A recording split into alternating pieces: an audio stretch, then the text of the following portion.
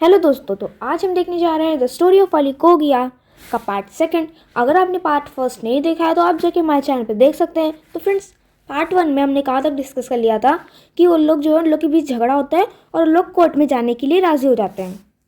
अब अली कोगिया जाता है और जाके कोर्ट में अपनी कंप्लेंट दर्ज करवा देता है। फिर उन दोनों लोग को बुलाया जाता है, जज दोनों लोग को बुलाते हैं दोनों की बातें सुनने के लिए।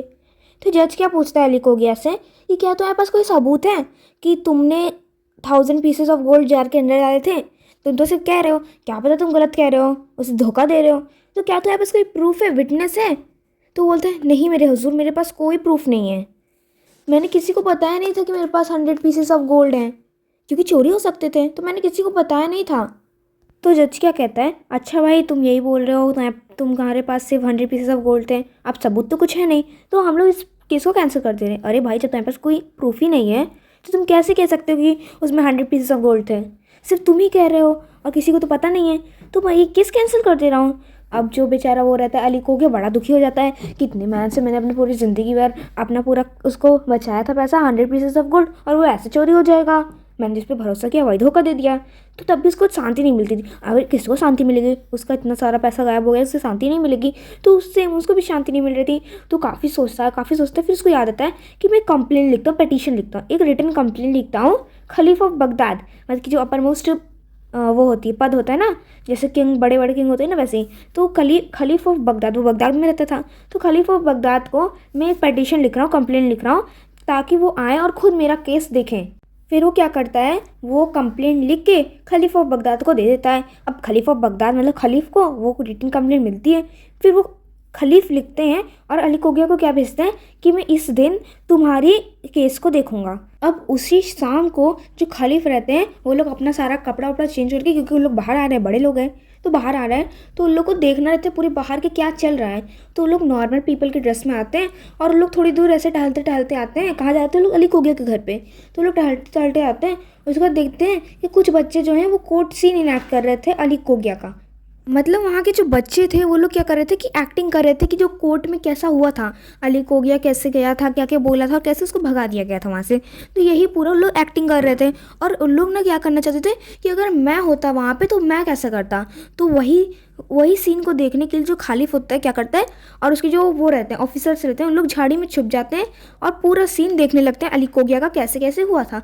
तो पूरा डिसाइड होता है कि तुम मर्चेंट बन रहे हो। अब जो बच्चा रहता है जिसने आइडिया दिया था कि हम लोग को ये गेम खेलना चाहिए वाला एक्ट करना चाहिए, तो तुरंत कूद के क्या बोलता है, नहीं नहीं नहीं, मैं देखो मैं क्या बनूंगा, मैं जज बनूंगा। तो पूरे टोटल 7 बच्चे थे, उसमें से एक बोला कि मैं जज बनूंगा, एक बोला मैं अली कोगिया बन जाता हूँ, और दूसरा बोला मैं मर्चेंट बनूंगा, और फिर बाकी जो 2 थे उन्होंने बोला हम कोर्ट ऑफिशियल्स बनेंगे, और 2 को वो क्या बन गए, ऑलिव मर्चेंट। ऑलिव मर्चेंट क्यों बने बताते हैं। तो 7 बच्चों को काम मिल गया। अब ये सारे बच्चों को क्या मिल गया है, उन लोग की पोजीशन मिल गई कि उन लोग क्या क्या रोल करने वाले हैं। अब वो सारे बच्चे अपना रोल स्टार्ट करते हैं, मतलब अपना प्ले स्टार्ट करते हैं। उनको क्या पता था कि झाड़ियों के पीछे खालिफ और उनके ऑफिसर्स छुप के उनका प्ले देख रहे थे। तो अब उनका ट्रायल बिगिन होता है, ट्रायल शुरू होता है, और वहाँ क्या होता है कि जो अली कोगिया आता है वो सैल्यूट करता है जज को और बोलता है, अपनी कंप्लेंट स्टार्ट करता है बताना। क्या बताता है कि जज, ये इसने क्या किया, ये मेरा दोस्त था मर्चेंट, मैंने इस पर भरोसा करके अपना इसके पास जार छोड़ा था, और इसने क्या किया, मेरे जार में से सारे गोल्ड कॉइन्स निकाल लिए। तो अब जो जज रहता है वो मर्चेंट से पूछता है क्या ये सच बोल रहा है?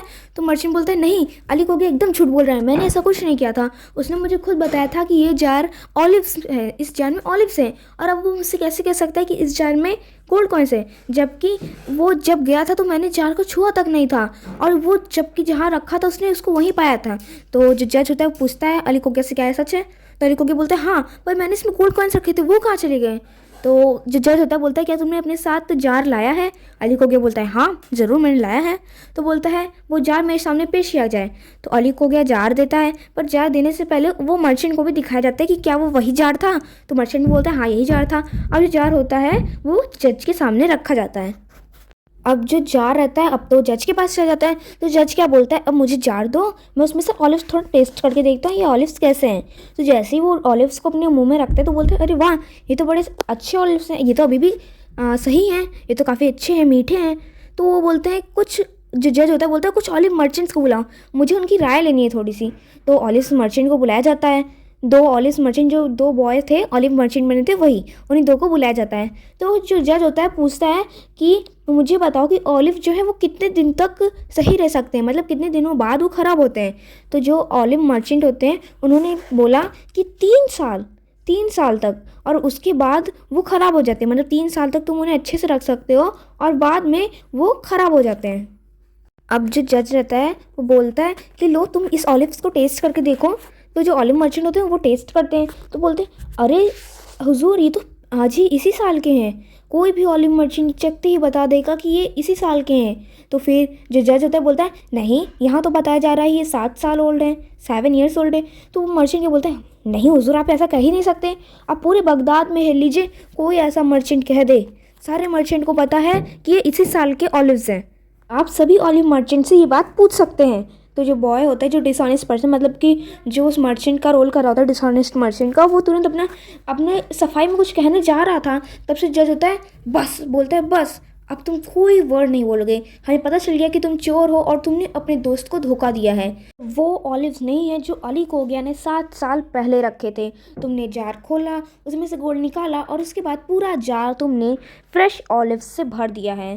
तुम्हें तो कारागार में फेंक देना चाहिए। अब जो खालिफ रहता है वो तो बड़ा खुश हो जाता है, अरे वाह हमारे यहाँ इतने समझदार बच्चे हैं। फिर वो अपने ऑफिसर से क्या कहता है कि जाओ पता करके आओ ये बच्चा कौन था और इसे कल सुबह ही कोर्ट में ले आना, ये वहाँ पे जज बनेगा, और 2 ऑलिव मर्चेंट को भी ले आना, हम वहीं कोर्ट में रहेंगे और ये बच्चा भी वहीं पे जज बनेगा। मतलब जो बच्चा उस रोल में जज बना रहता है, खालिफ बोलता है कि इस बच्चे को ले आना, ये वहाँ पे जज बनेगा। फिर अगली सुबह उस बच्चे को लाया जाता है और वो खालिफ के बगल ही में बैठता है। फिर खालिफ उस बच्चे से क्या कहता है, मैंने कल रात को तुम्हारा प्ले देखा था और मुझे वो बड़ा अच्छा लगा, इतना असली था वो, तो मैं तुमसे चाहता हूँ कि तुम असली अली कोगिया और मर्चेंट का केस देखो। फिर वो अली कोगिया और मर्चेंट को बुलाता है और बोलता है कि ये बच्चा तुम लोग का जजमेंट देखेगा और सही डिसीज़न अनाउंस करेगा। अब जो लड़का रहता है वो अपनी पूरी कोशिश करता है कि जैसा उसने रात को किया था वैसा आज भी करे, और जब वो ऐसा ही करता है तो सही में एक ऑलिव वैसे खराब, मतलब ऑलिव सही निकलते हैं। ऑलिव मर्चेंट को बुलाया जाता है टेस्ट करने के लिए, तो वो बोलते हैं कि हाँ ये ऑलिव्स एकदम सही हैं। तो इस तरीके से मर्चेंट गिल्टी, मतलब मर्चेंट गलत था, उसने अपने दोस्त को धोखा दिया था और वो चोरी से बचना चाहता था, मतलब पनिशमेंट से बचना चाहता था। ठीक है, तो वो पनिशमेंट से बचने के लिए वो तुरंत सच बोल देता है कि हाँ हाँ मैं अपनी गलती मान रहा हूँ, मैंने चोरी की थी गोल्ड, पर अब क्या फ़ायदा, इतना सब पता चल गया है। तो जो खालिफ होता है बोलता है अब हम तुम पे कोई दया नहीं कर सकते, तुमने अपने दोस्त के साथ चीटिंग की जिसने तुम्हारे ऊपर पूरा भरोसा कर रहा था, तुम्हारे ऊपर इतना भरोसा करके तुम्हें अपने 100 गोल्ड कॉइन्स दिए थे, ये तो किसी चोरी से भी बुरा है। मैं तुम्हें 1000 डेज़ के लिए कारागार में डाल रहा हूँ, हर एक दिन का 1 गोल्ड पीस के लिए। और जो खालिफ होता है वो जज से भी जाकर जज को भी डांटता है कि बोलता है तुम इस बच्चे से कुछ सीखो कि कैसे बिना प्रूफ के भी मामले को हल किया जाता है। जो तुमने मर्चेंट को ऐसे फ्री, मतलब ऐसे छोड़ दिया था, तो वो मतलब मर्चेंट गलत था, तुम ऐसे इंसाफ नहीं दिला सकते हो, तुम्हें इस बच्चे से सीखना चाहिए। और जो खालिफ होता है वो बच्चे की तारीफ़ करके उसको 100 पीसेस ऑफ गोल्ड के साथ उसकी मदर के पास भेज सकता है। तो फ्रेंड्स यही थी हमारी स्टोरी फ्रॉम अरेबियन नाइट्स। अगर आपको ये वीडियो अच्छा लगा तो लाइक शेयर सब्सक्राइब ज़रूर करिएगा। अगर आपको उसका एक्सरसाइजेस चाहिए तो मुझे कमेंट कर दीजिएगा, मैं आपको ज़रूर दे दूँगा। Thank you.